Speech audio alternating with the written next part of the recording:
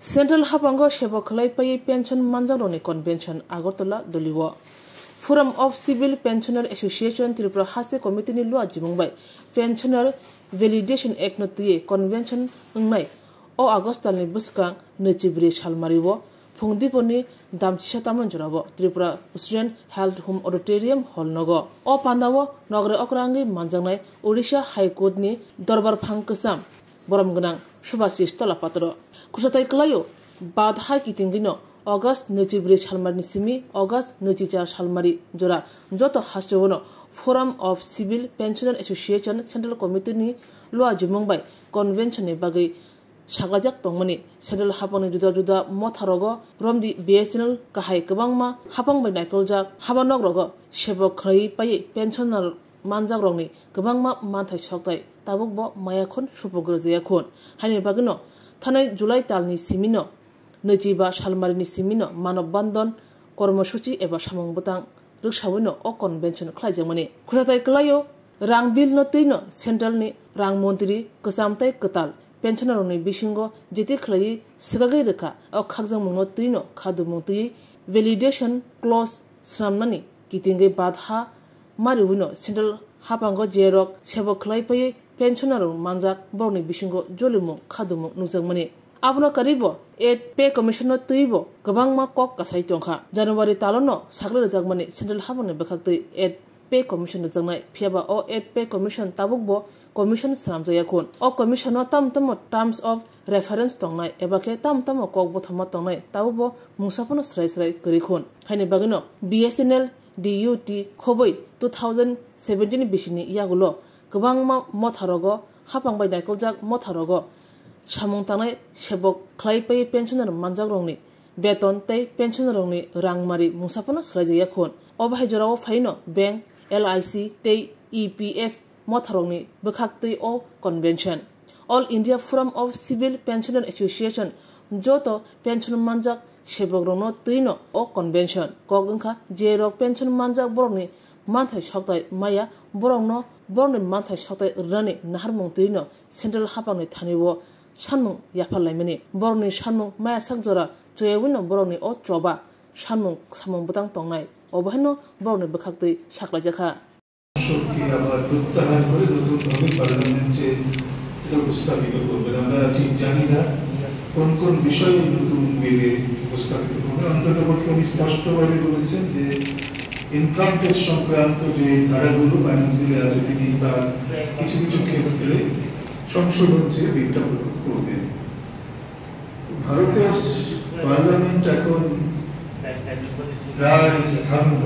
এটা কোনো কার্যকারিতা প্রায় নিশ্চিহ্ন করে দেওয়া হচ্ছে এই জন্য আমাকে আপনাদের বুঝিয়ে বলতে হবে না কোনো ধরনের সমর্থক আলোচনা বিতর্ক পার্লামেন্টে হয় না এবং যার ফল ভুগতে হয় এই দেশের নাগরিকদের এই দেশের সাধারণ মানুষদের যে প্রয়োজনীয় বিষয়গুলো জনসাধারণের স্বার্থ বিষয়ক যে বিষয়গুলো পার্লামেন্টে উত্থাপিত হয় না তার উপর কোনো আলোচনা হয় না এবং যেটা আমরা জানি যারা সংসদের ইতিহাস জানি সারা পৃথিবী জানি জানি বলা হয় যে ব্রুট মেজরিটি জোরে আমাদের বিভিন্ন বিলগুলোকে পাস করিয়ে নেওয়া হয় এটা একটা স্বাস্থ্যকর সংসদীয় ব্যবস্থা নয় আজকের যে বিষয়টা নিয়ে আমি যেটা বিষয়ের মধ্যে অনেকগুলো দিক আছে যেমন আমাদের একটা এক ধরনের পেনশন ব্যবস্থা ছিল যেটা যিনি উদ্বোধক বক্তা ছিলেন তিনি বলেছেন যে 1972 সালের যে পেনশন রুল সেন্ট্রাল গভর্নমেন্টের সেই অনুসারে মোটামুটি কম বেশি এবং সেই রুলটা সারা ভারতবর্ষের রাজ্য সরকারগুলো তাদের রাজ্যে গ্রহণ করেছিল এটার মধ্যে একটা সমতা ছিল সমস্যাও ছিল পেনশন নির্ণয় করার ক্ষেত্রে যে সমস্যা ছিল সেটা হচ্ছে সাধারণ সে বিষয়ে একটু বলবো আপনাদের তার থেকে বড় জিনিস যেটা হচ্ছে যে এখন এই যে নির্দিষ্ট পেনশন পাওয়া এইটা এই পদ্ধতিটার মধ্যে একটা পরিবর্তন আনা হচ্ছে এবং এই পরিবর্তনটা যে আনা হচ্ছে আপনাদের খুব লক্ষ্য রাখতে হবে যে পরিবর্তন আনার ক্ষেত্রে যে ধরনের অর্থনৈতিক যুক্তিগুলো হাজির করা হচ্ছে সেগুলো হচ্ছে মানুষের বাঁচার যে কাল মানে জীবনকাল সেটা অনেক বেড়ে গিয়েছে। ভারতবর্ষ সেটা প্রায় 80-র কাছাকাছি গড় আয়ু মানুষের, বিশেষ করে পেনশন। আগে যে গড় আয়ুটা ছিল 65-র মতো। এটা হচ্ছে সরকারি যুক্তি। দ্বিতীয়ত হচ্ছে কোত্থেকে এত টাকা আসবে যে আমরা এই হারে পেনশন দিয়ে যেতে পারবো। এবং 3 নম্বর যেটা হচ্ছে যে এই ব্যবস্থাটাকে যে সমর্থন জোগানোর জন্য সরকারের আয় ততটা বাড়ছে না, যে কারণে এটা করা যাবে না। এটা হচ্ছে 3টা যুক্তি। প্রথম যুক্তি বা এই সবকটা যুক্তি আসলে একটা যুক্তি, যে সরকার যে নির্ধারিত পেনশন প্রকল্প চালু করেছিলেন সেটা তারা আর চালাতে চান না, কারণ অনেকগুলো অর্থনৈতিক সমস্যা তারা সম্মুখীন করছেন। দ্বিতীয়ত যেটা হচ্ছে যে এই ব্যবস্থাটার মধ্যে তারা পরিবর্তন আনতে চায়। পরিবর্তনটা কি? যেটা আপনারা ন্যাশনাল পেনশন সিস্টেম যেটা চালু করেছে, এনপিএস যেটাকে বলা, সেটা যদি আপনারা একটু তলিয়ে পড়েন তাহলে বুঝতে পারবেন কি হচ্ছে সেটা। যে এটা অনেকটা কন্ট্রিবিউটরি পেনশন সিস্টেমে যাচ্ছে, সঙ্গে বাজারকে যুক্ত করছে। অর্থাৎ আপনি আপনার প্রতি মাসের বেতন থেকে, যারা 1 জানুয়ারি 2004 করে চাকরিতে যোগ দিয়েছেন, তাদেরকে প্রতি মাসে আপনার বেতন থেকে একটা নির্দিষ্ট 10% হারে আপনার বেতন থেকে কাটা যাবে, আর বাকি 10% সেটা সরকার আপনার একটা ফান্ডের মধ্যে জমা দেবে। এবং এই ফান্ড ম্যানেজার এবং ডেভেলপমেন্ট সিস্টেম বলে যে রেগুলেটরি কমিটি আছে, তারা সেটা বাজারের সঙ্গে এই আপনার টাকাগুলোকে যুক্ত করবে, যাতে সেখান থেকে মুনাফা পাওয়া যায়, লাভ পাওয়া যায়। বাজারের সঙ্গে টাকা যুক্ত করার যে জিনিসটা হচ্ছে সবচেয়ে ভয়ানক অনিশ্চয়তা। আপনি জানেন না, আপনি আজকে আপনি একটা ব্যাংকে বা আপনি যদি একটা শেয়ার কেনেন, অনেকেই সাধারণ মানুষ ব্যক্তি জীবনে শেয়ার কেনেন, তো এইটা আগামী 1 বছর পরে আপনি যদি ধরুন যে 10 টাকা দামের 1000 শেয়ার কিনলে আপনি 10,000 টাকা ইনভেস্ট করেন, 1 বছর পরে সেই 10 টাকাটা 10 টাকায় থাকবে কিনা এটা কিন্তু আপনি নিশ্চিত নন। বাজারের অনেকগুলো তার প্রতিবর্ত, যাকে আমরা বলি, কন্ডিশনের উপর ডিপেন্ড করে। অর্থাৎ যে কোম্পানিগুলোকে টাকা দেওয়া হলো সেই কোম্পানিটা লাভ করতে পারলো কিনা, সেই কোম্পানি বা যে যারা টাকাটা কাজে লাগায় তারা প্রতিযোগিতার মধ্য থেকে গিয়ে লাভটাকে তুলে আনতে পারে, যেগুলো একটাও আপনার নিয়ন্ত্রণের মধ্যে। তাদের পেনশন পরে যারা রিটায়ারমেন্টে যাচ্ছে তাদের থেকে লোয়ার স্কেলে তাদেরকে কিন্তু পেনশন দেওয়া হয়েছে। এটা নিয়ে তারা কেস করেছে এবং এর আগেও আপনার সুপ্রিম কোর্ট কিন্তু কনস্টিটিউশনাল বেঞ্চ এই একটা বিষয়ে রিগার্ডিং ডিস্টিংশন, মেকিং ডিস্টিংশন এবং পেনশনারদের মধ্যে ডিস্টিংশন করা যাবে কিনা এই বিষয়ে 1982 সালে সুপ্রিম কোর্টের সাংবিধানিক বেঞ্চ, তখনকার যে প্রধান বিচারপতি ওয়াই.ভি. চন্দ্রচূড়, আমি যদি ভুল না করে থাকি, ওনার নেতৃত্বে যে ঐতিহাসিক রায় দিয়েছে সেটা হচ্ছে এই, যে পেনশনাররা হচ্ছে একটা হোমোজেনিয়াস গ্রুপ, একটা সুসামঞ্জস্য একটা শ্রেণী, তাদের মধ্যে কোনো ডিভিশন করা যাবে না। এটা যদি করা হয় তাহলে কনস্টিটিউশনাল যে প্রভিশন আছে সেটাকে কিন্তু ভায়োলেট করা হবে। এবং এই যে পেনশন, এটা হচ্ছে right two property of pensioners. এটা কোনো বাউন্টি বা দয়ার দান না, এটা সরকার দিতে বাধ্য। সুতরাং এইটার ক্ষেত্রে সরকার কোনো ডিভিশন ক্রিয়েট করতে পারবে না on the basis of the date of the retirement. কারণ এখানে যেহেতু রিটায়ারমেন্টে যাবে, দে অল আর পেনশনার্স। সুতরাং সেই পেনশনারদের মধ্যে তোমার এত বিভাজন ক্রিয়েট করার কোনো ক্ষমতা তোমার নেই। সুপ্রিম কোর্ট কিন্তু পরিষ্কার এটা বলে দিয়েছিল। তারপরে এই যে 2006 আমি যেটা বললাম S30 পেনশনার্স অ্যাসোসিয়েশন, তারপরে আপনার আরেকটা আছে forum of IPS police officer, যারা তাদের এরকম কেস আছে যে তারা রিটায়ারমেন্টের পরে, যারা রিটায়ারমেন্টে গেছে তাদের যে পেনশন ফিক্স করেছে, আর তারা যখন রিটায়ারমেন্টে গেছে জুনিয়র স্কেল থেকেও তাদের পেনশনটা কম করে দিয়েছে আগে যারা রিটায়ারমেন্টে গেছে। ওই যে কেসটা আগে বললাম আপনারা, S30 তাদের যে পেনশন, সেই পেনশন S20, S29, S মানে হচ্ছে স্কেল, অর্থাৎ লোয়ার স্কেলে যারা আছে তাদের থেকে হায়ার স্কেলে যারা ছিল তাদের পেনশনটাকে নামিয়ে দিয়েছে।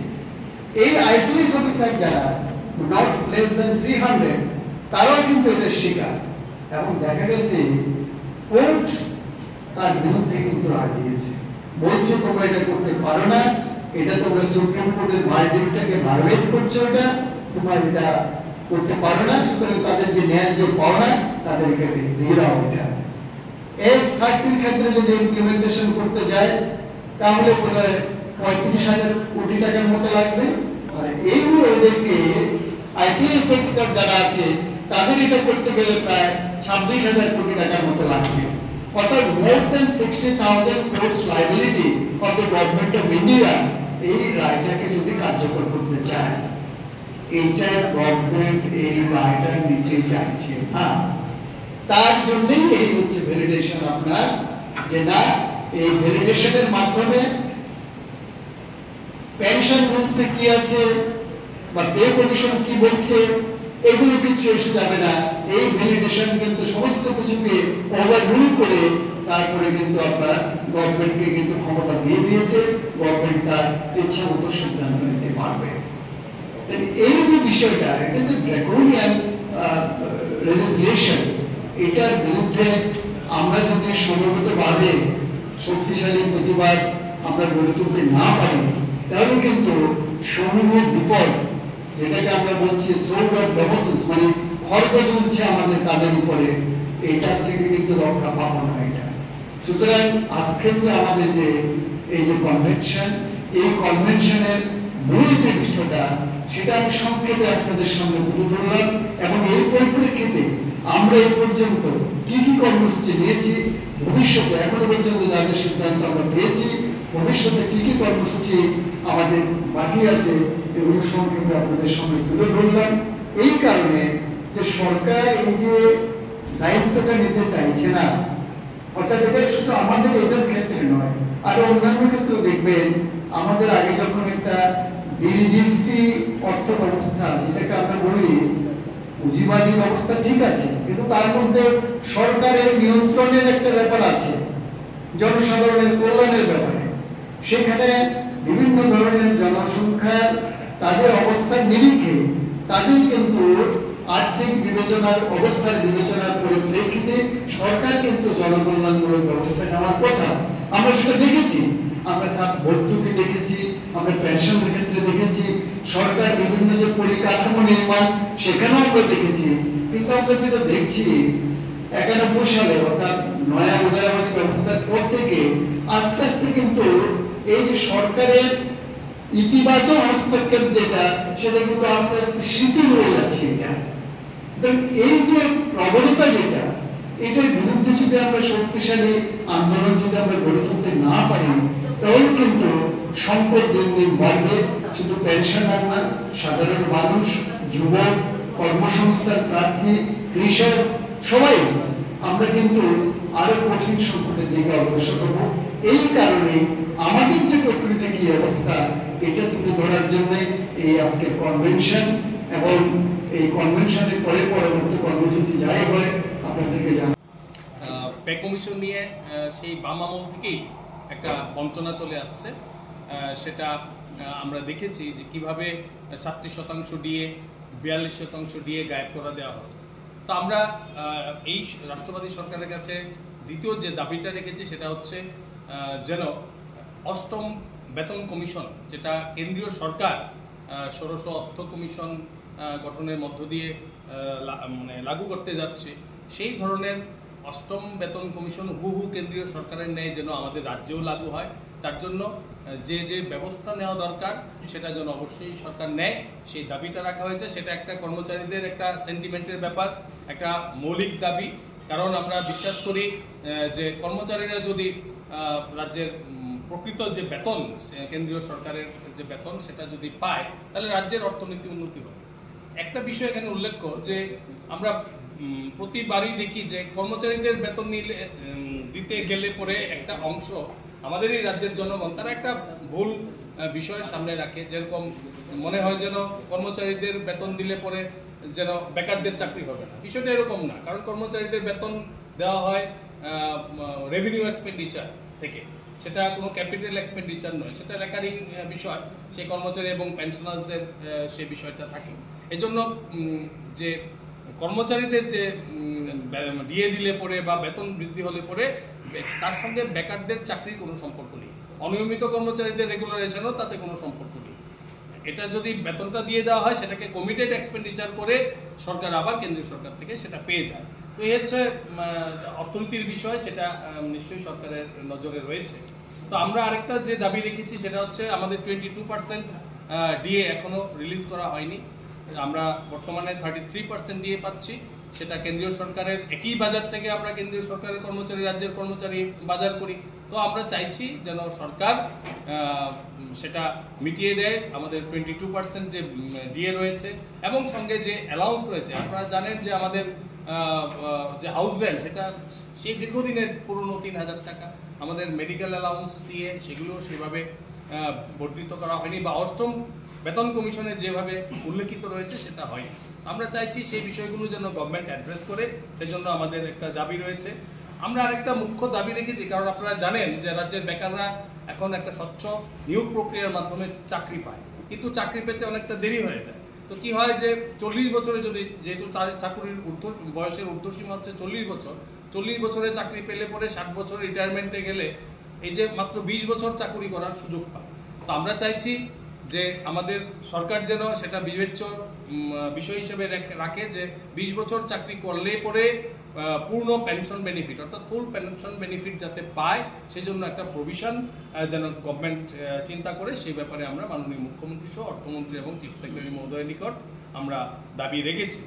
আরেকটা বিষয় যেটা উল্লেখ্য যে আমাদের সরকারের বিভিন্ন দপ্তরে প্রচুর আনফুলফিল্ড পোস্ট ভ্যাকেন্ট রয়েছে, সেগুলো কিভাবে একটা সিঙ্গেল উইন্ডো সিস্টেমের মধ্য দিয়ে এই শূন্য পদগুলো পূরণ করা যায়, যাতে আমাদের রাজ্যের যে অগণিত বেকার রয়েছে তাদের মুখে হাসি ফোটে। এবং সেই নিরিখে আমরা গভর্নমেন্টকে ধন্যবাদ দিতে চাই যে এখন নিয়োগ প্রক্রিয়া একটা স্বচ্ছ প্রক্রিয়ার মধ্য দিয়ে চলে, এবং এতে করে কোনো যেটা আগে হতো যে পার্টির কালার বিচার করে চাকরি দেওয়া হতো, সেই বিষয়টি এখন নেই। একটা স্বচ্ছ নিয়োগ প্রক্রিয়া জারি রয়েছে, যাতে করে রাজ্যের বেকাররা আরও বেশি অধিক সংখ্যায় চাকরি পায়। তার জন্য যে বিভিন্ন দপ্তরে যে শূন্যপদ রয়েছে আমরা জানি সেটা বিশাল সংখ্যায় রয়েছে, সেগুলি যেন অতি দ্রুত সিঙ্গেল উইন্ডো সিস্টেমের মাধ্যমে ফিল করা হয়, সেই বিষয়ে আমরা দাবি রেখেছি। আরেকটা বিষয় যেটা আপনারা জানেন যে রাজ্যের প্রায় একটা বৃহৎ অংশ গ্রুপ ডি DRW যাদের অর্থ দপ্তরের অনুমোদন রয়েছে, আমরা জানি যে 2018 সালের জুলাই মাসে একটা নোটিফিকেশনের মধ্য দিয়ে পূর্বতন যে সিস্টেম ছিল যে 10 বছর, 12 বছর, 15 বছর, 17 বছরে স্বাস্থ্য দপ্তরে যারা গ্রুপ ডি আছে, DRW যারা শিক্ষা দপ্তরে রয়েছে বা বিভিন্ন দপ্তরে যারা রয়েছে তাদের নিয়মিতকরণের একটা প্রভিশন ছিল। আমরা চাইছি সরকার একটা এমন পলিসি তৈরি করুক যেন অনতিবিলম্বে আজকে যারা গ্রুপ ডি অনিয়মিত কর্মচারী আছে তাদের জীবনে যে একটা কালো মেঘ রয়েছে সেটা যেন কেটে যায়। সরকার নিশ্চয়ই সেই বিষয়টি ভেবে দেখছেন। এর আগের বিভিন্ন রিপ্রেজেন্টেশনও আমরা ওনাদের কথা উল্লেখ করেছি, কারণ একই অফিসে চাকরি করতে গেলে আমরা যেহেতু আধিকারিক আমরা দেখি যে তাদের যন্ত্রণাটা কতটা, কারণ প্রতিদিন তাদের সঙ্গে আমাদের ইন্টারাকশন হয়, কথা হয়, তারা নিষ্ঠার সঙ্গে অফিসগুলোতে কাজ করেন, কিন্তু বেতনের দিক দিয়ে তারা অনেকটাই বঞ্চিত। তো যাই হোক, এই বিষয়গুলো আমরা উল্লেখ করেছি। আমরা চাইব এছাড়াও যে আমাদের আগের রিপ্রেজেন্টেশন আমরা বলেছি যে রাজ্যের যারা সর্বশিক্ষার শিক্ষক আছেন তারাও সুন্দর কাজ করছেন, বিভিন্ন স্কুলগুলির যেভাবে তারা পাঠদান করছেন তাদেরকেও রেগুলারাইজ করা হোক, যে কোনোভাবেই হোক, সেটাও আমরা আজকের এই মিট দ্য প্রেস থেকে আমরা চাইব। তা আমরা নিশ্চয়ই চাইব যে বিগত বাম আমলের যে বঞ্চনা রয়েছে ডিএ নিয়েই হোক, বেতন কমিশন নিয়েই হোক, সেটার জন্য আমাদের এই সরকার পুনরাবৃত্তি না করে সেই বিষয়ে যেন সরকার এবং সরকারের যে প্রশাসন রয়েছে সেদিকে নজর দেন। এই হচ্ছে আমাদের আজকের সাংবাদিক সম্মেলনের মুখ্য উদ্দেশ্য আপনাদের কাছে বলা। তবে আমরা আমাদের এই রিপ্রেজেন্টেশনের মধ্য দিয়ে মাননীয় মুখ্যমন্ত্রীকে ধন্যবাদ দিয়েছি উনিও বিভিন্ন প্রোগ্রামে এটা উল্লেখ করেছেন যে উনি ওনার টেনিউরে অ্যাজ চিফ মিনিস্টার উনি 29 মাসে 29% দিয়ে দিয়েছেন। সেই ট্র্যাক রেকর্ডটা নিশ্চয়ই ভালো। আমরা চাইবো আমাদের 22% যে পেন্ডিং দিয়ে আছে সেটা যেন অতি সত্বর মিটিয়ে দেওয়া হয়। আমরা দাবি রেখেছি সেটা যেন এফেক্ট দেওয়া হয় 1 জানুয়ারি 2025 সাল থেকে। সবাইকে ধন্যবাদ।